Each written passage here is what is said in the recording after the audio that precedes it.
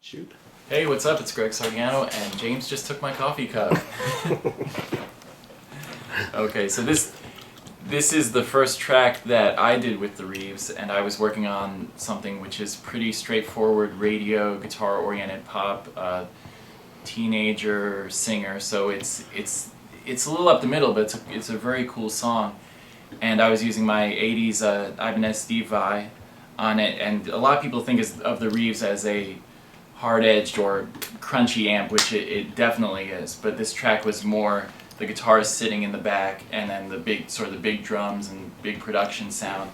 And the catch with it, which is really cool, is that once you have a little echo, you can get something which has that polish. So let's check it out. I actually took a camera video of myself playing the solo, coincidentally. So let's listen to the And this solo was actually first. day one. Like, we got This the was Reeves, literally the we day took we it out of got the it. box, and you just started using it. Literally the day we got it, and I had 2 songs left to go on this project, and I think it was pretty much the rest of the project was on the Reeves.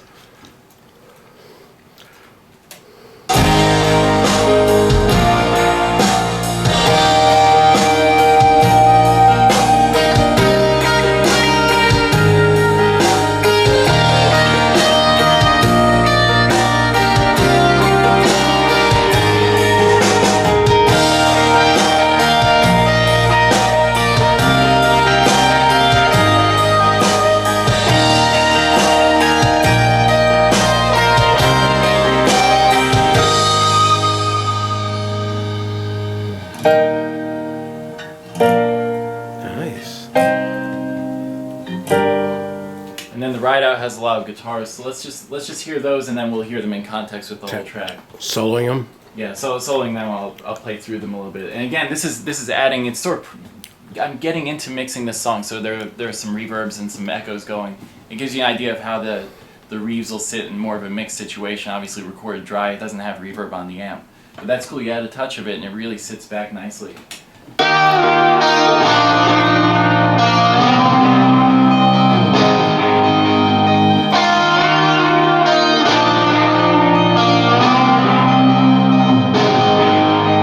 So what we have is the big power chord here. With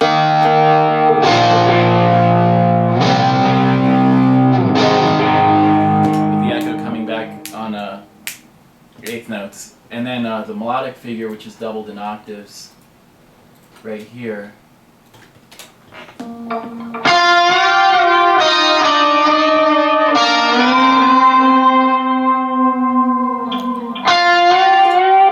Let's hear how that sits in the back. This is the chorus at the end of the song.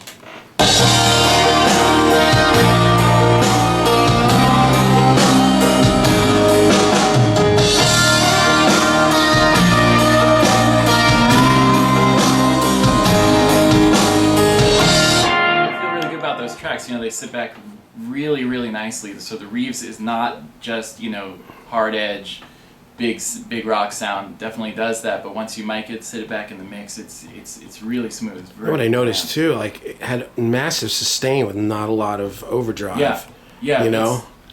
But it doesn't. You were talking about that too, right, Dan? Yeah. On that one solo. Yeah, well, I was doing solo on Telecaster. I mean, I got sustained like I had a gainy sound, but you listen to it, it's a clear sounding guitar tone. Crazy, And huh? it just hangs on more than you would think it would. Kind of like Dan's ex-girlfriends. Only the bearded ones.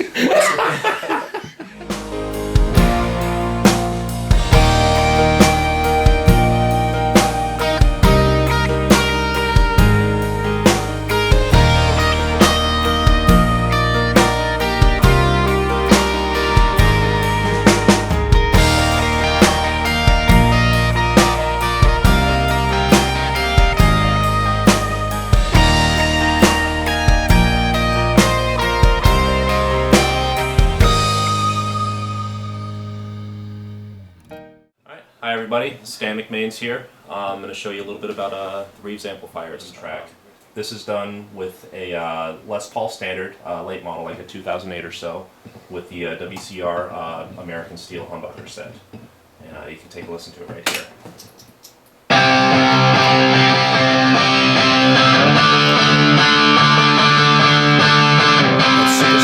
That's Super 78.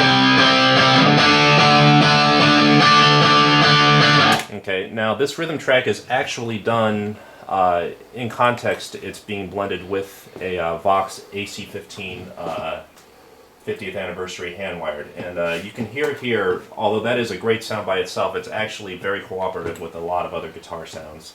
The sound we have here is with the, like I said, the Vox, played with a Telecaster with Lawler Specialties, and you can hear them blended together.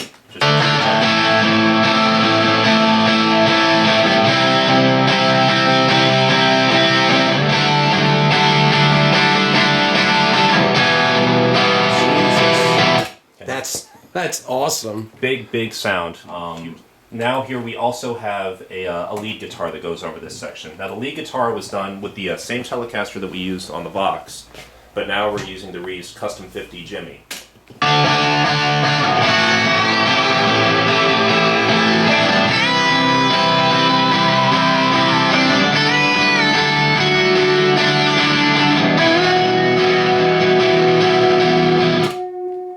So big sound. Lots of sustain with not a lot of gain. That's crazy. Well, we'll solo out that lead guitar here really quick, and you'll hear a lot of clarity. And this is a Telecaster, mind you. Like, we're not dealing with something with super high output pickups, and it's really giving itself over to it.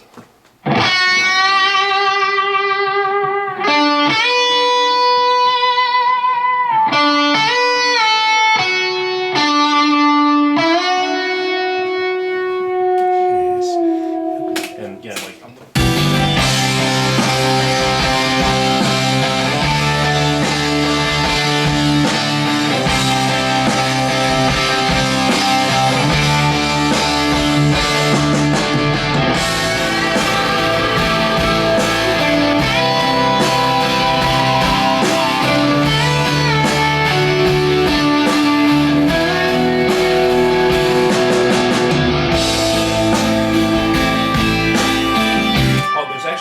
Custom Jimmy track on here. I'll show you. This is something I used on the intro.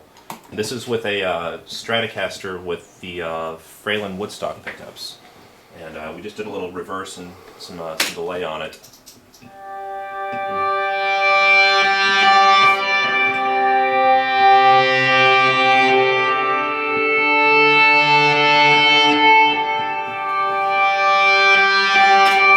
like, wildly different context, but still very happening.